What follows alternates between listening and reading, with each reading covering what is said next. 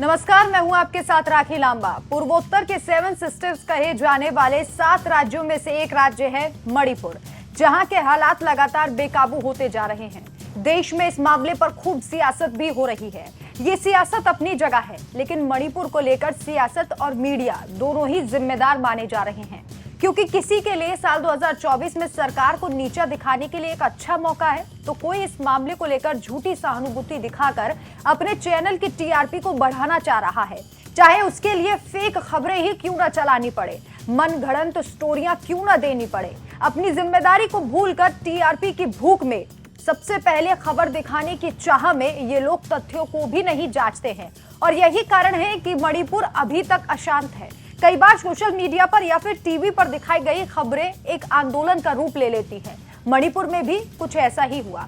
वैसे तो एक नहीं बल्कि ऐसे कई कारण हैं जिनसे मणिपुर में लोग खुद को आज असुरक्षित महसूस कर रहे हैं, लेकिन सिक्योरिटी फोर्स ने केंद्र को जो रिपोर्ट भेजी है उससे लोकतंत्र का चौथा स्तंभ कहे जाने वाले मीडिया और खुद को तथा कथित जिम्मेदार पत्रकार बताने वाले लोगों की पोल खुल गई है।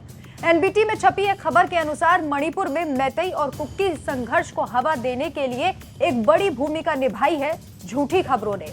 सूत्रों के मुताबिक सिक्योरिटी फोर्स ने जमीनी हालात की रिपोर्ट केंद्र सरकार को भेजी है, जिसमें खुलासा हुआ है कि फेक पत्रकार भी जिम्मेदार।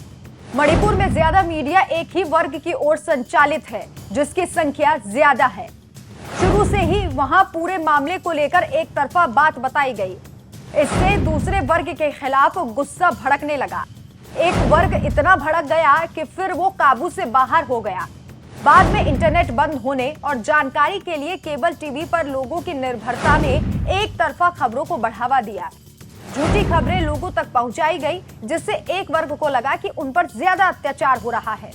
फेक नैरेटिव सेट कर झूठी खबरें चलाकर वहां के लोगों को गुमराह करने की बात रिपोर्ट में सामने आई। इसके अलावा एक और मूल कारण था AFSPA का लागू ना होना, मतलब army special force power act, जिसमें अर्धसैनिकों को कई तरह की ताकत मिली होती है। यहाँ पर इस दायरे को कम कर दिया गया था। हालांकि सबसे पहले साल 1958 में मणिपुर में ही इसे लागू किया गया था, ताकि बढ़ते अलगाववाद को रोका जा सके। लेकिन साल 2022 में मणिपुर के कुछ हिस्सों में इसके दायरे को कम कर दिया गया।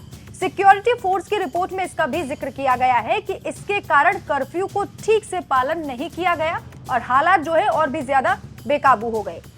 आर्मी के हाथ भी बांधे गए। AFSPA ना होने की वजह से आर्मी के हाथ बंधे हुए थे। कर्फ्यू तो लगाया गया, लेकिन कर्फ्यू का कहीं भी ठीक से पालन नहीं हुआ। कर्फ्यू के बावजूद बड़ी संख्या में लोग बाहर निकले और संघर्ष तेज हुआ। AFSPA ना होने की स्थिति में आर्मी वहां सिविल पॉपुलेशन पर कोई एक्शन नहीं ले सकती है।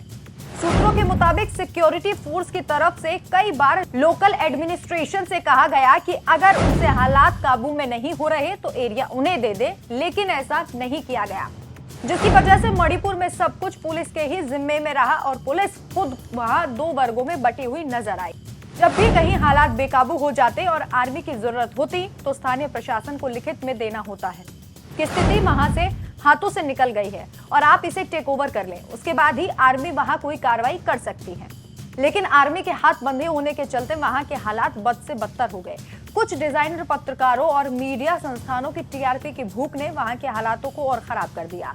जितनी जिम्मेदारी से मणिपुर को दिखाया जाना चाहिए था, नहीं दिखाया गया, क्योंकि कई पत्रकारों का मकसद मोदी को कोसना था, तो कई का टीआरपी बटोरना था और कई का एक समुदाय के प्रति झुकाव था। लेकिन इन सब के बीच अगर किसी का नुकसान हुआ तो वो है मणिपुर वासी। आपकी इस खबर के बारे में क्या राय है, हमें कमेंट करके जरूर बताएं। नमस्कार।